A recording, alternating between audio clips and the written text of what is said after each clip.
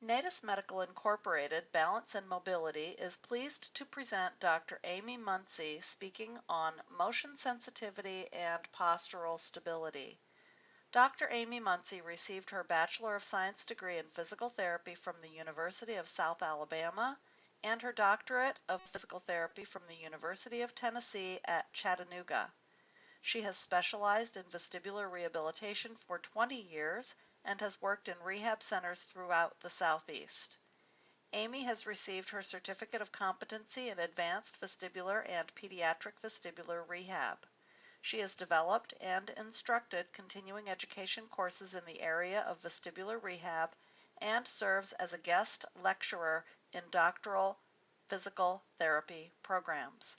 She has also presented posters and platform presentations in various areas of vestibular rehab at the state and national level. Amy currently practices at Roger C. Peace Rehab in Greenville, South Carolina. I will now turn the presentation over to Dr. Amy Muncy. Welcome. Today we will discuss a common topic experienced by many individuals.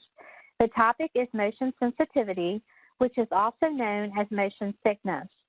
Most people have experienced some form of motion sensitivity, and today we will discuss this common issue and take it a step further by looking at how it can affect postural stability. Our objectives for today are to develop an understanding of the causes of motion sensitivity and the impact of motion sensitivity on postural control. We will then move into the identification of motion sensitivity through testing and questionnaires. We will discuss testing of dynamic posture in stable environments and in situations where motion sensitivity may be induced. Various options for rehabilitation will be discussed. Finally, we will explore options of integration of motion habituation and balance training.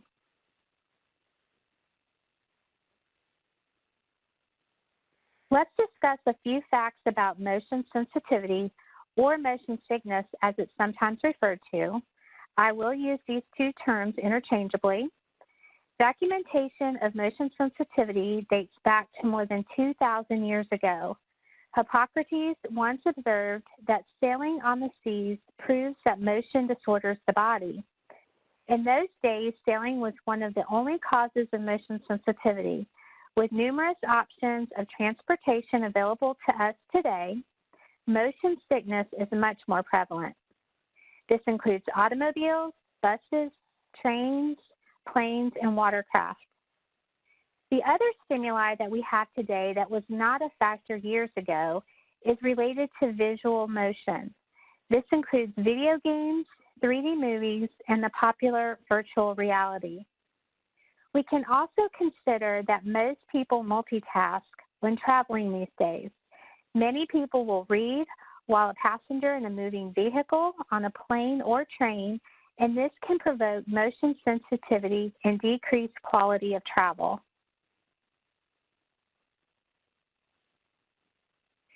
There are several causes of motion sensitivity that can lead to physiological issues. This includes physical motion, such as riding as a passenger in a car, especially in the back seat. Movements are less predictable when we are the passenger and not actually driving the car, where movements are more predictable. We will also tend to have decreased visual fixation on a target when riding as a passenger. This is even more limited when riding in the back seat of a car with limited objects to utilize for visual stability. This can also be experienced in airplanes, especially when not seated in a window seat, where one can look out at stable visual targets, such as clouds in the distance. Nearly any situation that involves suppression of the vestibulo-ocular reflexes is potentially provocative. Visual motion is another cause of motion sensitivity. We don't have to be moving to feel dizzy. We can have objects move past us, such as standing on a train platform as a train is moving by. We do have the ability to utilize optokinetic nystagmus in an attempt to focus on objects as they are moving past us. Some people have difficulty with this function, and therefore visual objects will blur past them due to a lack of visual stability, and this can result in dizziness. People with vestibular dysfunction in many cases are more reliant on visual fixation to stabilize themselves in the absence of a normal functioning vestibular system. If their visual world moves or becomes unstable, they may experience dizziness and postural instability. Next, we have virtual motion. We have an abundance of virtual reality options in our world today: video games, simulators, and amusement park rides with amazing technology. Many of these options also incorporate physical motion, which may not match up to visual input. When physical motion and virtual motion don't necessarily match up with each other, it can be a recipe for motion sensitivity. As stated above, motion sensitivity can be caused by visual illusion of motion. Motion sensitivity is occurring whenever the subjects are exposed to stimuli causing conflicts between motion-sensitive input signals. Electronics can create visually induced motion sensitivity, including nausea and vomiting. We also have sleep deprivation that can lead to motion sensitivity. When we are fatigued, it can be difficult to stabilize sensory systems and therefore cause conflicts of sensory stimuli. Velocity storage integration is another cause. Systemic studies conducted in flight simulating weightlessness have identified velocity storage of semicircular canals, or velocity integration, as being a key factor in motion sensitivity. There are many theories to motion sensitivity. It's important to consider that the vestibular system is constantly involved in the perception of self-motion, as the brain continuously takes the vestibular input into account. The brainstem and cerebellum are where all sensory signals are merged, weighing them accordingly to their reliability to obtain the best estimate of our natural motion. However, passive artificial motion induces unnatural motion stimuli that leads to combinations of sensory signals judged impossible by our brain. Since each sensory signal could be interpreted as resulting from a different natural motion, our brain has to solve a problem of conflicting information or sensory conflicts. The evolutionary theory is another theory of motion sickness and is said to essentially be similar as the body's response to poisoning. The ecological theory of motion sickness is based on the hypothesis that motion sickness is caused by postural instability. Now let's review some of the symptoms that can occur as a result of motion sensitivity. The first symptom we have listed is malaise.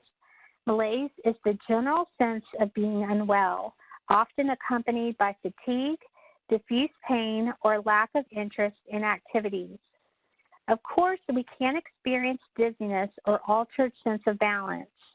Motion sickness is not a comfortable feeling, so one may also feel discomfort as a result. This can lead to cold sweating and pallor, or an unhealthy pale appearance.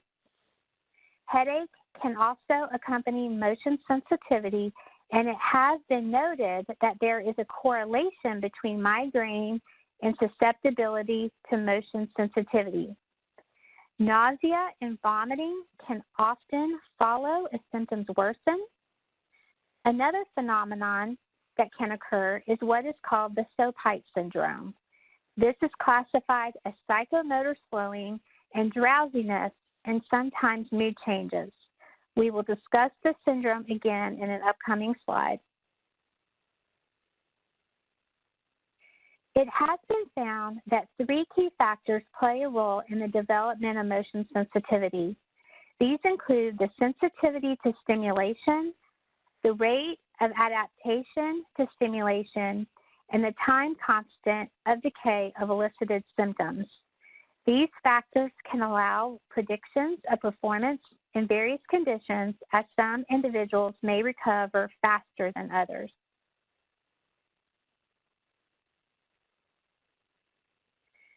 Virtually anyone with normal vestibular function can, to some extent, be made motion sick. The only individuals not susceptible to motion sensitivity are those with total loss of labyrinthine function. Normal individuals are not always equally susceptible to all forms of motion stimulation, as some may be more susceptible to full-field visual stimulation than vertical or horizontal oscillations of the body. Blind people with normal vestibular function have been shown to respond the same as with normal individuals with eyes closed. Age and genetic factors play a role, as women are more susceptible to motion sickness than men. Children also seem to be more immune until the age of 2, and that decreases as they age. Migraine is a definite risk factor for motion sensitivity, with a roughly 5-fold greater incidence than individuals without migraine, and a roughly 50% prevalence.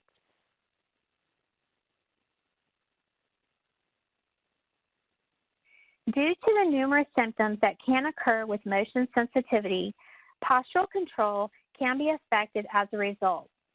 Let's first discuss fatigue with the stovepipe syndrome.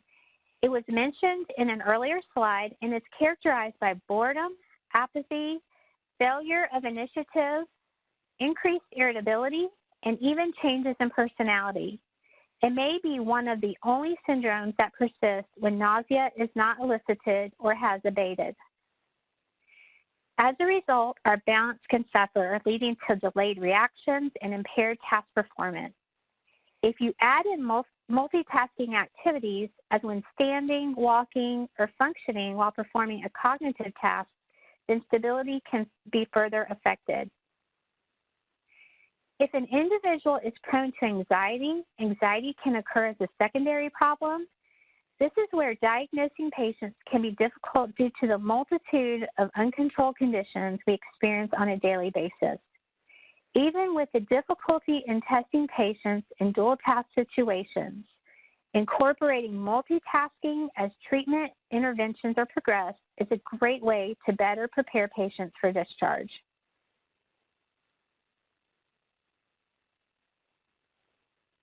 So let's discuss testing options to help us identify motion sensitivity and quantify its magnitude. We will discuss the motion sensitivity test, or quotient, and the motion sickness assessment questionnaire. The motion sensitivity test is a test of a patient's dizziness during 16 different head and body position changes. The patient reports baseline dizziness prior to testing, then gives onset and offset of dizziness with each position that is timed with a stopwatch. A time of 5 to 10 seconds would get 1 point, 11 to 30 seconds would get 2 points, and greater than 30 seconds of dizziness would receive 3 points. Patients rate dizziness on a scale of 0 to 5, with 0 being no symptoms and 5 being severe dizziness, and their baseline dizziness is subtracted. Scoring occurs by taking the total score and multiplying it by the number of positions with symptoms and dividing that by 20.48, and that will give you your motion sensitivity quotient. The cutoff scores are 0 to 10 for mild motion sensitivity, 11 to 30 for moderate motion sensitivity, and 31 to 100 for severe motion sensitivity. The Motion Sickness Assessment Questionnaire looks at motion sickness symptoms along 4 dimensions: gastrointestinal, central, peripheral, and stovepipe related. Research shows the Motion Sickness Assessment Scale is a valid instrument for the overall assessment of motion sickness. Thus, it may be used to assess both the overall experience of motion sickness by using the total score and the 4 distinct dimensions of motion sickness identified using the subscale scores.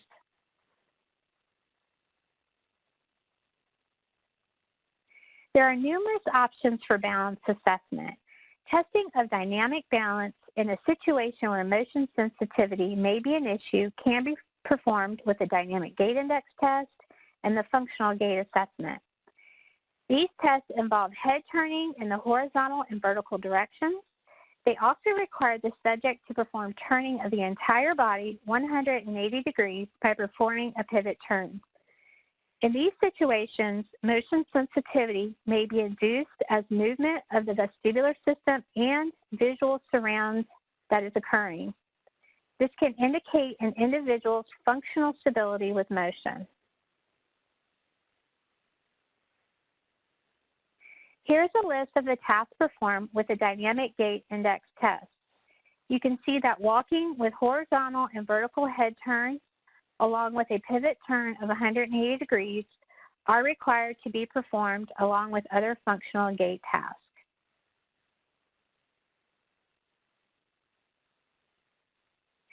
The same holds true with the functional gait assessment.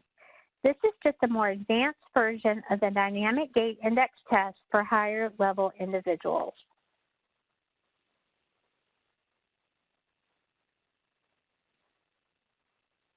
The Neurocom systems provide a wonderful means of testing the sensory systems in dynamic situations.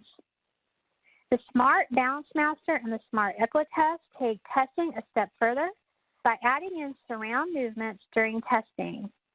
The brain must be able to distinguish between movement of the person versus movement of the visual surround through testing of visual preference. The head shake SOT takes us even another step further by having the subject move their head during the assessment in yaw, pitch, or roll planes. This can be tricky for patients with motion sensitivity issues, but gives a good indication as to how balance can be affected in situations that may induce motion sensitivity.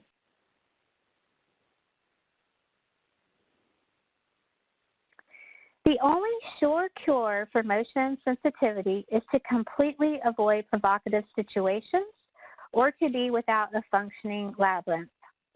It is possible to introduce exposure gradually to promote habituation and to initially limit activity to the novel environment.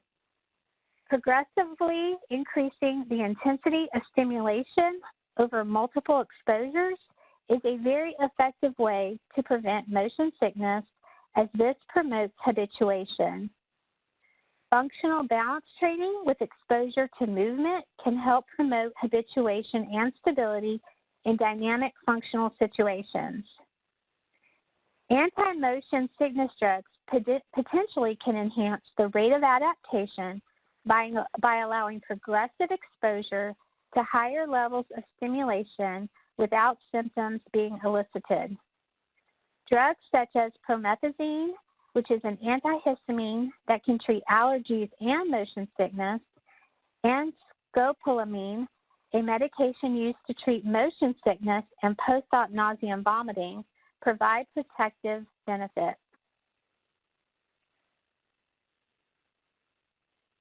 Habituation exercises are used to treat symptoms of dizziness that are produced because of self-motion and or produced because of visual stimulation.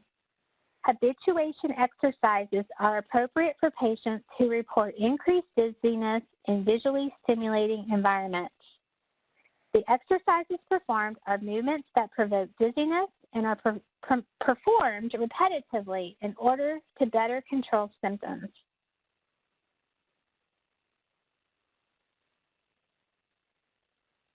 The recommended guidelines for performing habituation exercises based on the motion sensitivity test are to choose up to 4 movements from the test and perform these movements 2 to 3 times twice a day. It's ideal to perform the movements quickly enough to provoke minimal to moderate symptoms. Rest following each exercise is important to allow symptoms to subside.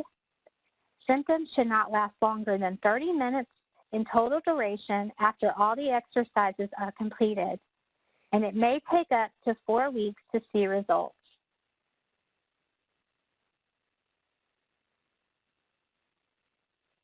Optokinetic stimulation is a treatment option for patients suffering from visual vertigo or motion sensitivity from visual movements. This is caused from situations of sensory conflict and can produce symptoms of discomfort, postural instability, dizziness, lightheadedness, and disorientation. We see this often in patients with vestibular dysfunction, where patients are overly reliant on visual cues, and it is believed to interfere with vestibular compensation if not addressed.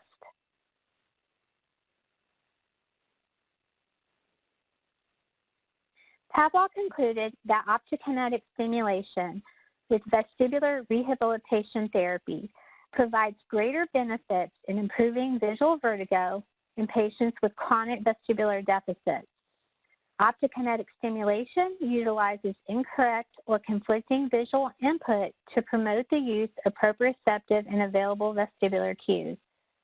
It is recommended that optokinetic stimulation exercises be integrated with a customized vestibular rehab program to see improvements.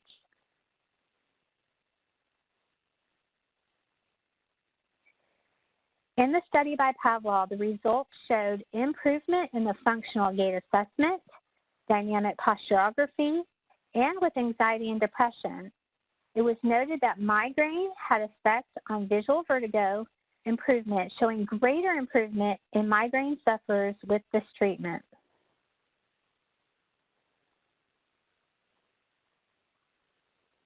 In a study in 2013, it was shown that optokinetic training appears to be an effective modality for the management of seasickness, and that it is possible to desensitize individuals. This was shown to be performed through head movements at very low velocities of rotation with progression to higher velocities. The active training group completed 10 20-minute sessions of optokinetic training 1 to 2 times a week. From the 5th session onward, a balance training component was added by performing balance exercises on a small and stable platform and then on a cushion. The study lasted 10 weeks, and results concluded a benefit of optokinetic training in the treatment of seasickness.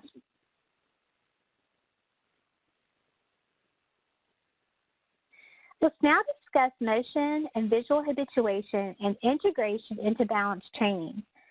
Initially, we want to work on these individually through structured exercises. As patients progress, it is ideal to integrate into more dual task situations, as this is what the patient will encounter on a daily basis. We will specifically discuss neurocom programs, and then we will discuss examples of carryover into functional activities patients can perform in their daily home exercise programs.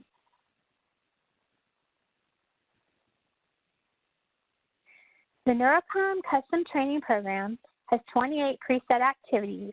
There is also the option to customize your own exercises to your preference and the specific needs of the patient. Sequence training provides a multitude of activities in 4 different areas. These areas include seated exercises, weight shifting, closed chain, and mobility. VOR training is also important for individuals with vestibular hypofunction. Motion sensitivity is common in this patient population, so addressing the VOR and habituation are both important. Of course, head movements required for VOR training can elicit motion sickness in some individuals, as most patients with hypofunction have reduced the amount of head movements they perform in order to minimize dizziness and instability. The Neurocom system comes with the option to add neurogames. Neurogames are games that can be performed on the system that require utilization of the patient to perform weight shifting in order to serve as the mouse for the game. The benefit from neurogames is the optokinetic stimulation that can be provided. Many of the games involve bright colors and movement of objects. This can allow the patient to work on visual habituation through optokinetic stimulation while also addressing balance stability. The NeuroCom custom training offers 28 standard target tasks in which the limits of stability or distance of weight shifting along with pacing and timing can each be customized. 3 different environments of the movement are provided as options, including responsive, variable, and random movements with a range of movement between 20 to 200%. In these, you can adjust support movement and surround movement. The surround movement will help to incorporate visual stimulation. Creativity and adding in head movements will help to facilitate movement habituation.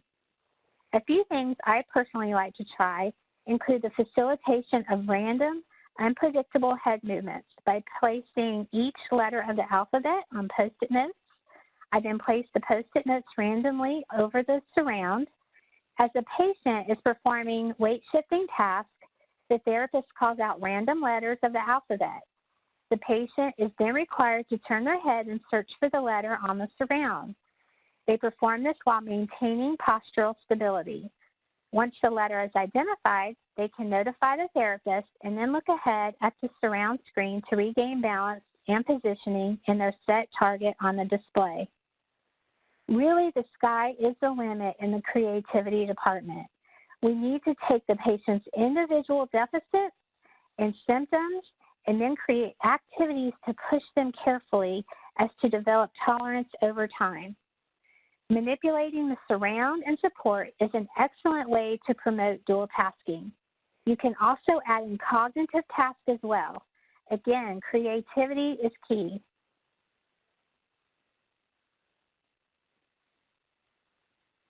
There are a variety of options with sequence training that fall under 4 categories: seated exercises, weight shifting, closed chain, and mobility.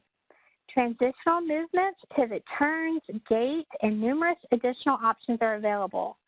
As similar to custom training, many features of sequence training can be manipulated to the specific needs of the patient. Options for adjusting limits of stability, along with pacing and timing, can each be customized. The support and surround movement can be added and adjusted with 3 different environments of movement, including responsive, variable, and random movements with a range of movement between 20 to 200%.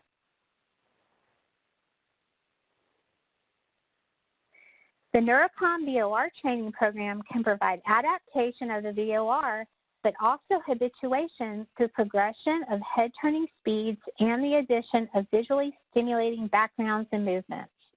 Head movements can be performed in yaw, pitch, and roll planes.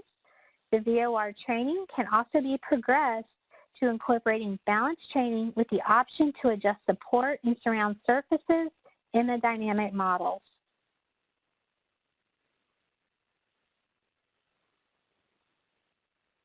So now we will discuss transitioning patients from structured exercises, such as with the motion sensitivity test and the NeuroCom system, to real-world situations. First, we need to be creative in finding ways to gradually add in optokinetic stimulation and functional activities simultaneously. The best way I have found to do this is to listen to my patients and the environments they encounter and their personal goals.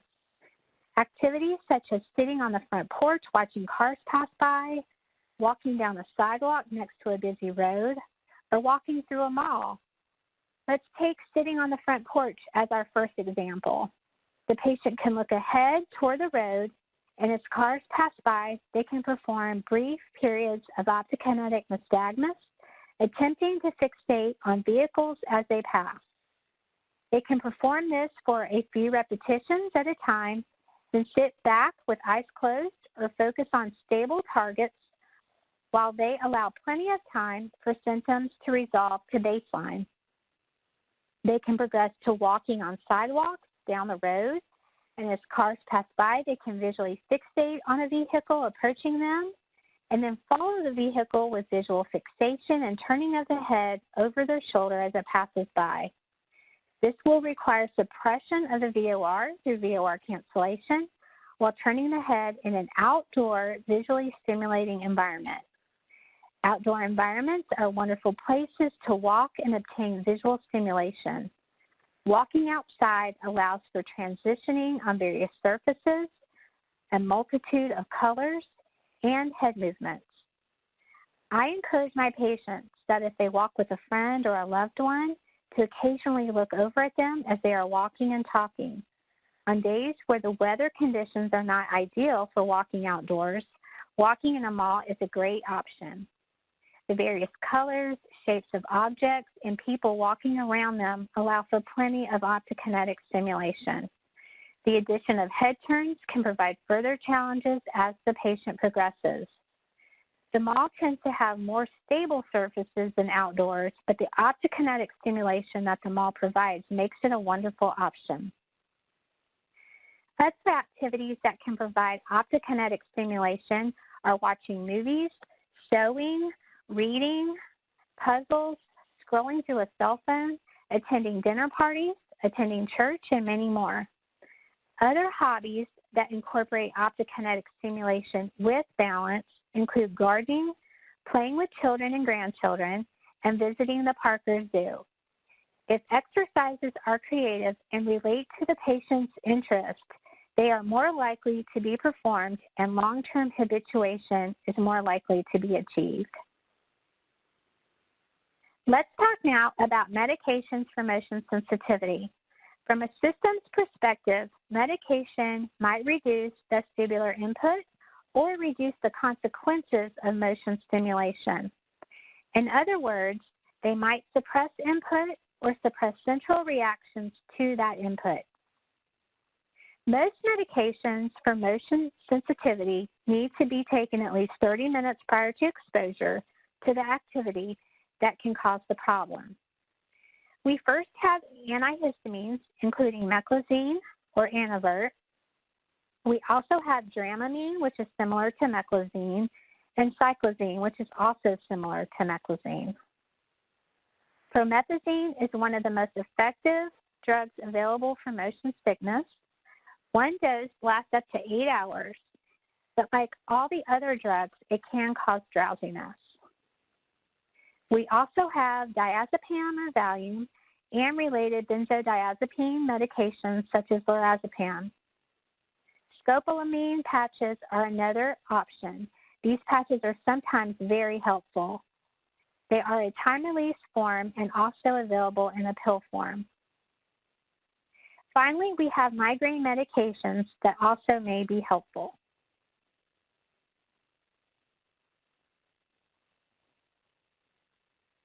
Behavior modifications can also be helpful, especially in the beginning phases of habituation training while the patient still suffers from significant symptoms.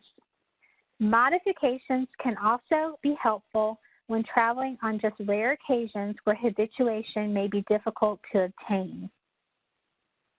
In the car, sitting in the front seat or driving can be helpful.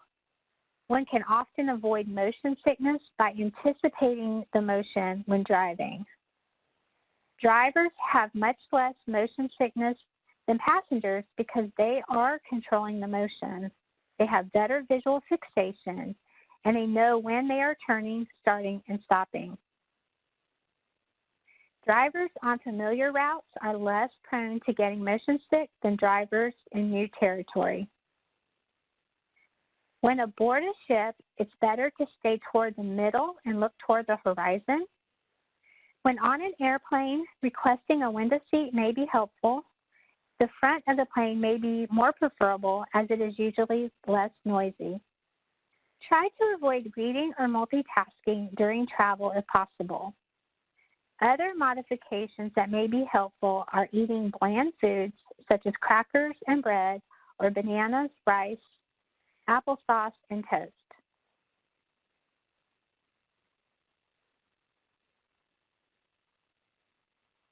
In conclusion, motion sensitivity is a complex issue with many theories and many possible symptoms. It can be debilitating in many individuals and contribute to postural instability. We discussed testing and treatment options, as well as medication and behavioral modifications. With these options and creativity, motivating and engaging our patients through skilled intervention can provide relief of symptoms, improved independence, and more enjoyable life experiences. Thank you.